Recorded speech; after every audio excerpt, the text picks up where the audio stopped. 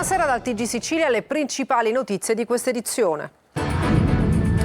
Celebrata la giornata per l'eliminazione della violenza sulle donne. I dati sono allarmanti. Il presidente Mattarella avverte: non si è fatto abbastanza. Al TG Sicilia la drammatica testimonianza di Veronica.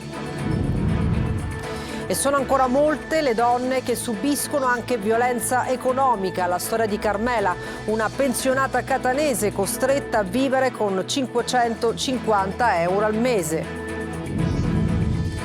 Il bronzo olimpico Antonino Pizzolato a processo per violenza sessuale di gruppo, accusato insieme ad altri 3 uomini di aver abusato a Trapani di una turista finlandese. L'isola di Capopassero, venduta per 10 milioni, diventerà un albergo di lusso. I Verdi chiedono l'intervento del governo nazionale. Bisogna tutelare un'area di grande valore ambientale e culturale. A Siculiana, vicino ad Agrigento, c'è un nuovo museo dedicato al mito di Ayrton Senna. I trisavoli del grande pilota brasiliano erano siciliani. Il calcio, pari e rimpianti per il Palermo che al Barbera non va oltre l'1-1 con la Sampdoria. Ancora un derby tra Catania e Trapani, domani al Massimino per gli ottavi di finale di Coppa Italia.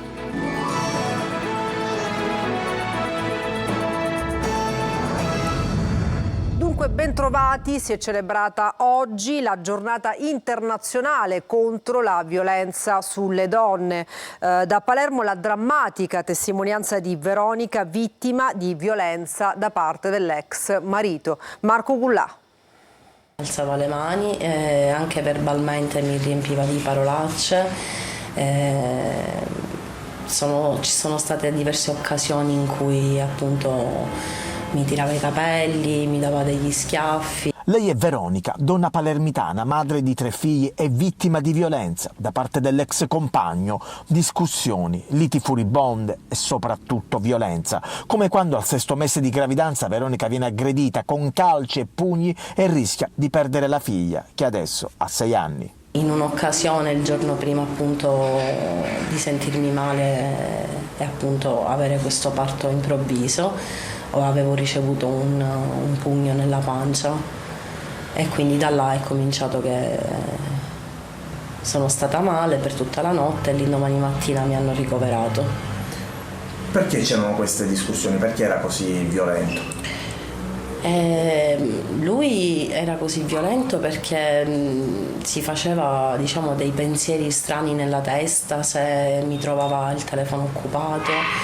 Pensava che stavo parlando, mi diceva proprio espressamente stavo parlando con qualche amante, se capitava di incontrare qualche amica diceva appunto che facevamo cose strane. Al fianco di Veronica c'è il figlio. Sono momenti delicati, anche perché sulla donna incombe una procedura di sfratto. Deve lasciare casa perché non riesce più a pagare l'affitto. L'ufficiale giudiziario la scorsa settimana, quando è venuto, ha dato 10 giorni di tempo ad oggi. Quindi oggi sono in attesa appunto che si ripresenti per fare l'esecuzione. In questi casi comprovati si va in deroga alla graduatoria e si assegna un alloggio con priorità perché l'obiettivo primario è quello di mettere in sicurezza il nucleo familiare. Veronica vuole rialzarsi e lasciarsi alle spalle questo periodo nero. Ha paura di questa situazione? Sì, abbastanza. I dati allarmanti si alternano ai tentativi di arginare il fenomeno, ma il presidente Mattarella avverte: non si è fatto abbastanza. Lorena Dolci.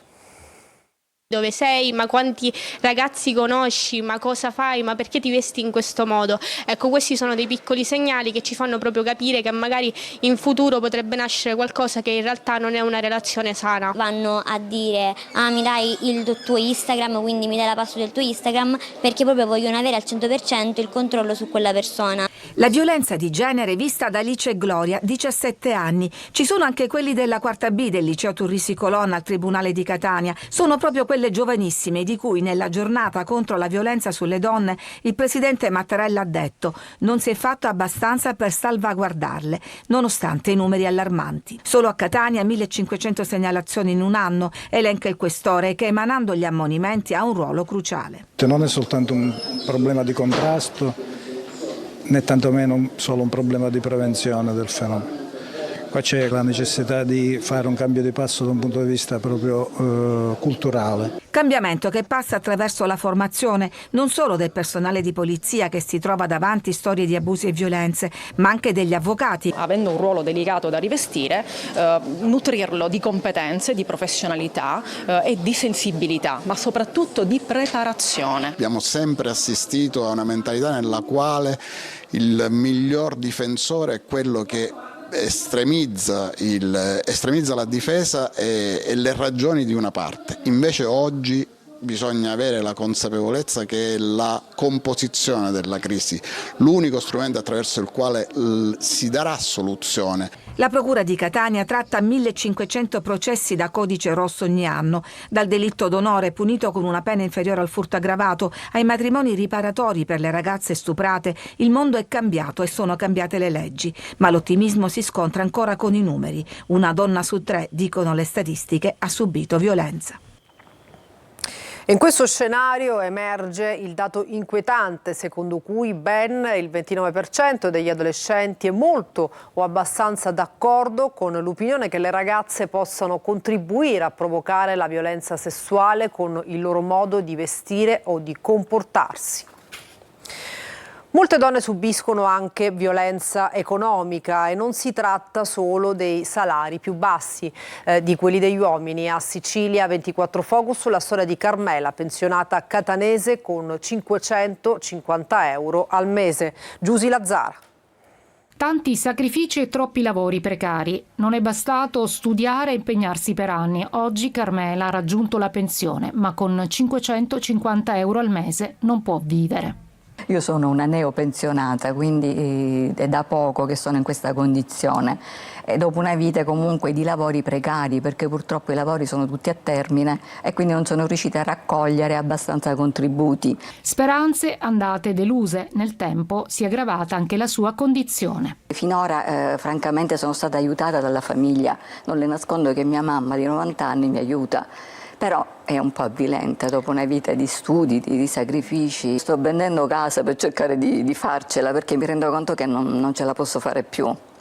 Incertezza e scelte obbligate pesano sulle donne. Le donne sono ancora più penalizzate sia quando sono in attività che lavorano perché non ci sono servizi adeguati a poterli supportare nella scelta di vita che fanno anche nella maternità e quindi molto spesso sono costretti ad abbandonare il posto di lavoro per prendersi cura dei figli e quindi poi al momento in cui andranno in pensione pagheranno amaramente queste loro scelte perché avranno delle pensioni molto più basse rispetto a quelle degli uomini. La UIL ha lanciato una campagna nazionale per dire no alla violenza economica sulle donne. E la polizia anche oggi è stata impegnata nella campagna Questo non è amore. Nel pomeriggio a Piazza Università a Catania i giovani del liceo musicale Musco e dell'artistico Emilio Greco hanno proposto coreografie e installazioni per sensibilizzare contro la violenza alle donne.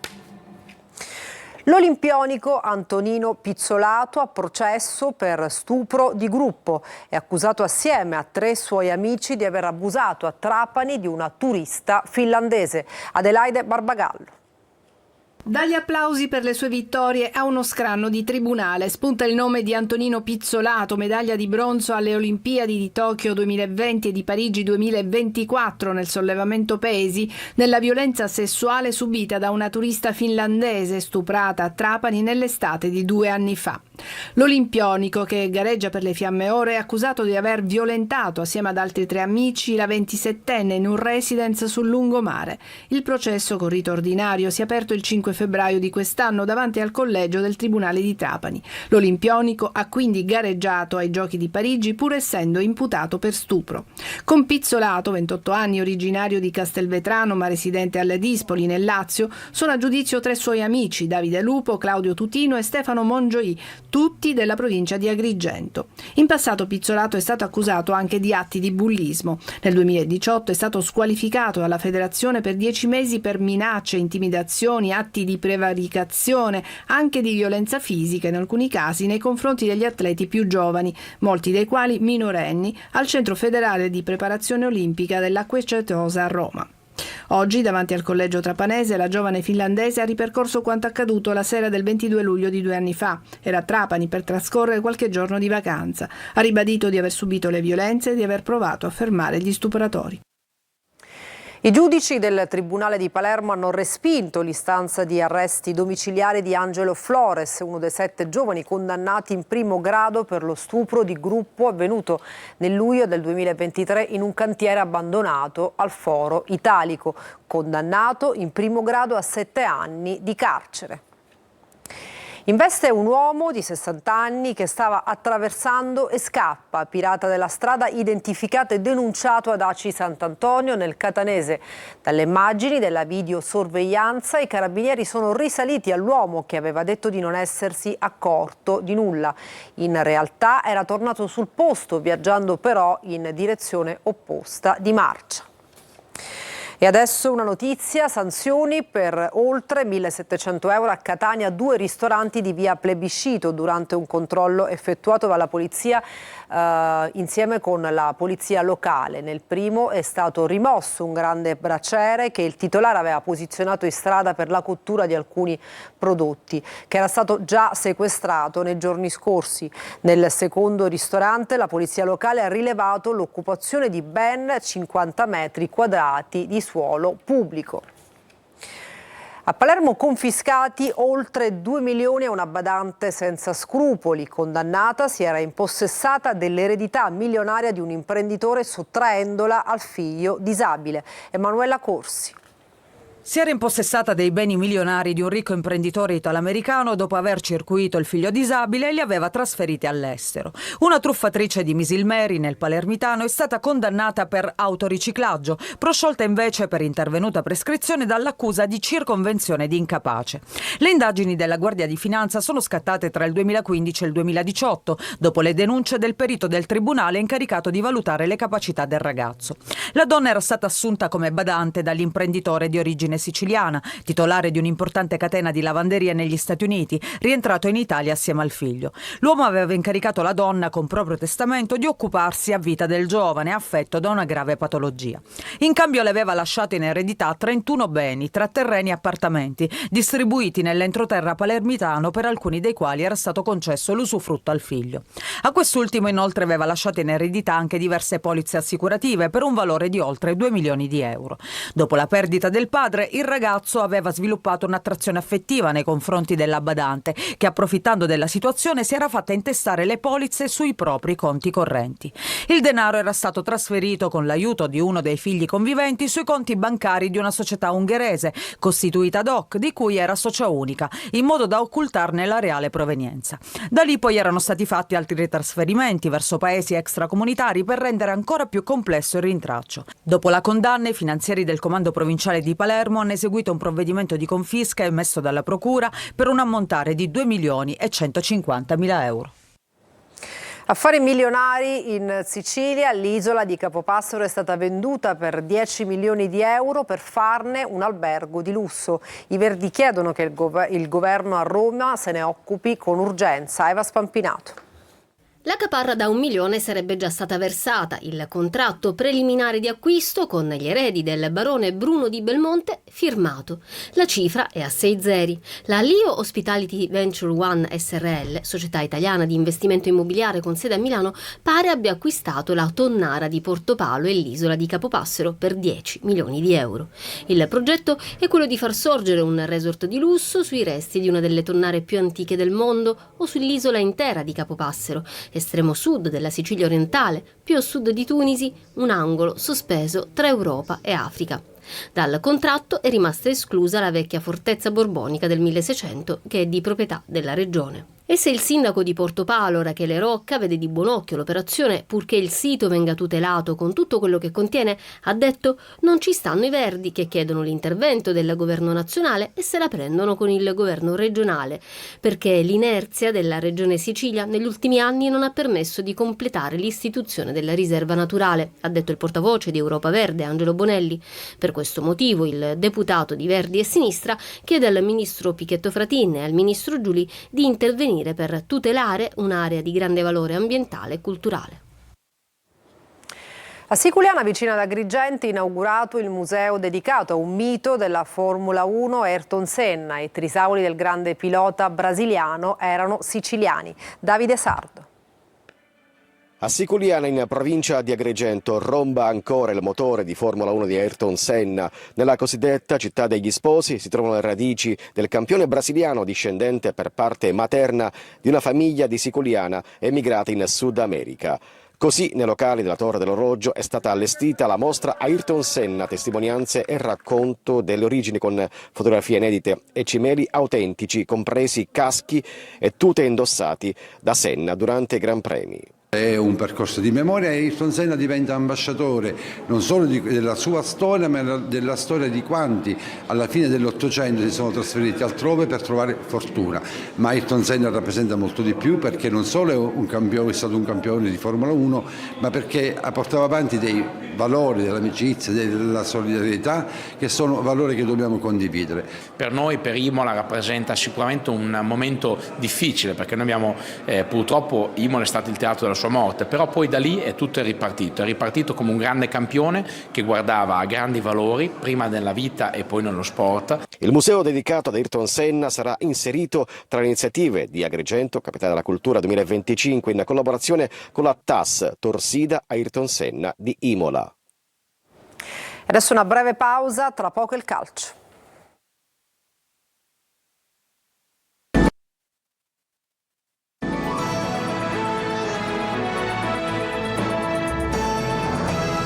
Bentornati al TG Sicilia, adesso il calcio, pari e rimpianti per il Palermo che al Barbera non va oltre l'1-1 con la Sampdoria. Tutino prima e poi Di Francesco gli autori dei gol. Marco Gullà.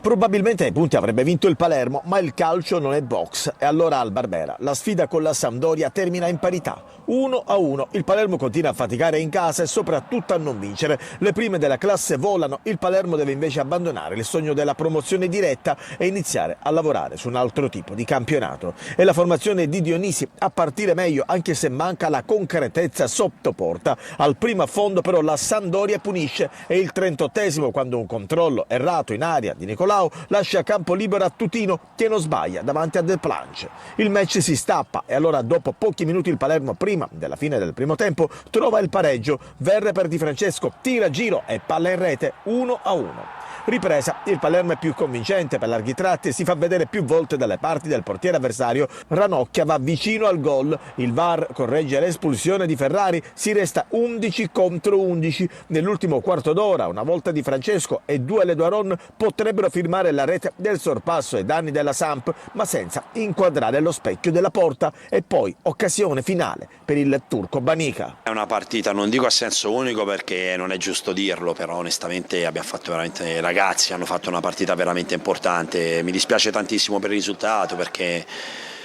non meritavamo di passare svantaggio. Certo, è stato un nostro errore, la Sampdoria è stata brava a sfruttarlo, poi per il resto siamo stati quasi perfetti. Purtroppo non siamo stati perfetti e ora il qualcosa che non mettiamo ci penalizza. Domenica Rosanero ancora in casa, arriva lo Spezia, secondo in classifica. Pronto il turnover in Coppa Italia per il Catania che domani sera affronterà il Trapani al Massimino. Ha parlato l'allenatore toscano: diamo un'opportunità ai nostri ragazzi. E in vista del campionato sabato contro la Cavese, settore ospiti chiuso su disposizione della prefettura. Francesco Triolo. Largo ai giovani e a chi ha necessità di mettere minuti nelle gambe. Il Mimmo Toscano è pronto a varare il turnover in vista della gara degli ottavi di finale di Coppa Italia al Massimino contro il Trapani. I rossazzurri non hanno avuto nemmeno il tempo di riprendere fiato dopo il 2-2 di Avellino, pochi giorni per preparare la gara e per recuperare energie fisiche e mentali. E allora, viste le consuete difficoltà numeriche sul fronte giocatori, ecco la scelta del tecnico. Vogliamo dare un'opportunità ai giovani del Catania di indossare questa maglia e di giocare in questo stadio glorioso davanti ai propri tifosi e assaporare cosa significa giocare per il Catania. Per qualcun altro servirà fare un po' di minutaggio che magari è lontano dai campi di gioco da qualche settimana, quindi la stiamo cercando di preparare nel miglior modo possibile. Problemi di organica a parte della risposta mentale e di atteggiamento che Mimmo Toscano si aspetta contro il Granata. I nomi già in pole per una maglia da titolare sono il portiere Adamonis nonché i giovani Allegri e Forti, entrambi in panchina ad Avellino.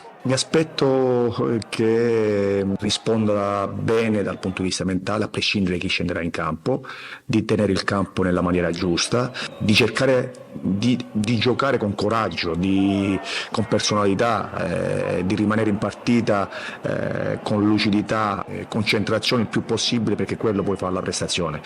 Anche per la Coppa Italia è previsto l'appuntamento su Telecolor dalle 20 con diretta stadio, 3 ore live con collegamenti dal Massimino, analisi del match, le interviste post partita in anteprima ed i vostri commenti via WhatsApp al numero 342 7712 855. Intanto, in vista del campionato, è già arrivato il divieto di vendita ai residenti nella provincia di Salerno per la sfida casalinga con la Cavese, in programma sabato prossimo alle 17:30 al Massimino. Il settore ospiti, su disposizione della prefettura, resterà chiuso.